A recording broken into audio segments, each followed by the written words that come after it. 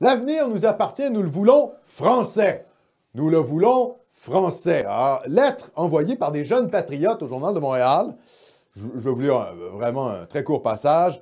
Que ce soit par l'application de la Charte de la langue française au réseau collégial, par une réelle valorisation de la culture, par un système de francisation fonctionnel, l'heure est à l'action. Ce que nous voulons, c'est une volonté d'inventer le Québec de demain autour d'une culture commune, d'une langue commune. Ce que nous voulons, c'est un pays. Et là, j'ai été voir le nom des signataires. Parce qu'il y a le nom des signataires sous l'article. Des dizaines et des dizaines et des dizaines et des dizaines de noms. Ce n'est pas la diversité. Là, on a des noms canadiens-français. Donc, la jeunesse qui est inquiète, finalement, de la question de la langue, c'est la jeunesse canadienne-française, évidemment. Vous comprenez?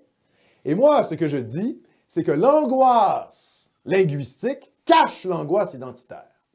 C'est-à-dire qu'au fond, dans la société dans laquelle on est, au Québec, parce qu'on est un peuple minoritaire, parce que les anglophones, finalement, ont voulu interdire le français au Manitoba, en Ontario, dans l'Ouest, même dans les provinces maritimes, qu'il y a eu, disons, une rivalité et des sentiments très anti-francophones au Canada anglais, que nous sommes une minorité nationale, notre angoisse identitaire passe par la défense de la langue parce que c'est politiquement correct.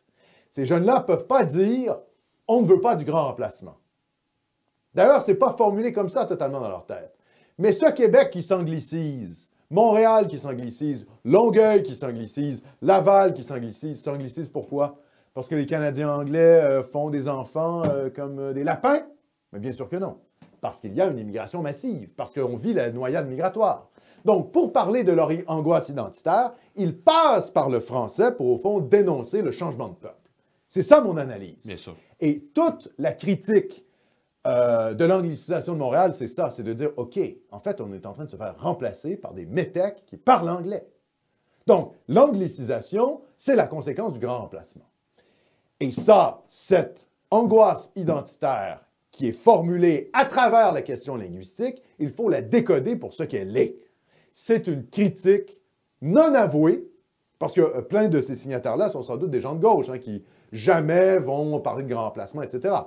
C'est inconscient. Et ce qu'ils disent, au fond, c'est « on ne veut pas devenir minoritaire chez nous ».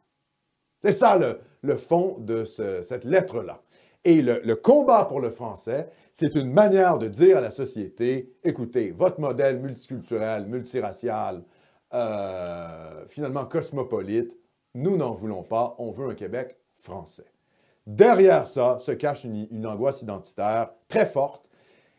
Et d'ailleurs, quand on voit le nom des signataires, je veux dire, les patronymes sont à 95, je sais même plus que 95, 98% canadiens-français. Donc, ça veut dire que Mouloud et Dieudonné de Vendredi, ils s'entorchent du français. OK? Les descendants d'Algériens et d'Haïtiens et de Congolais, la lutte pour le français, ils n'en ont rien à foutre. Pourquoi? Parce que le français, c'est une langue coloniale pour eux. Donc, ils sont ici, ils parlent français, mais demain, ils pourraient très bien parler anglais. Je veux dire, les Antillais, ils peuvent très bien apprendre l'anglais et aller travailler à Toronto. Donc, ils le font. Et ils le font, d'ailleurs. Oui. Donc, cet attachement viscéral à la langue française, c'est parce que c'est notre langue nationale. Pour nous, le français, ce n'est pas une langue coloniale imposée par la France, la Troisième République, lors de la colonisation de l'Algérie en 1820. Vous comprenez? C'est notre langue à nous. C'est la nôtre. Et c'est pour ça que c'est nous qui la défendons. C'est très simple. Donc, je vous invite à lire cette lettre et à la décoder d'un point de vue nationaliste. Il faut comprendre l'angoisse qu'il y a derrière cette lettre-là, qui n'est pas formulée directement, mais qui veut dire, finalement, qu'il y a une angoisse identitaire face à ces changements démographiques qui sont en train de transformer le visage non pas seulement linguistique, mais également culturel, ethnique et social du Québec.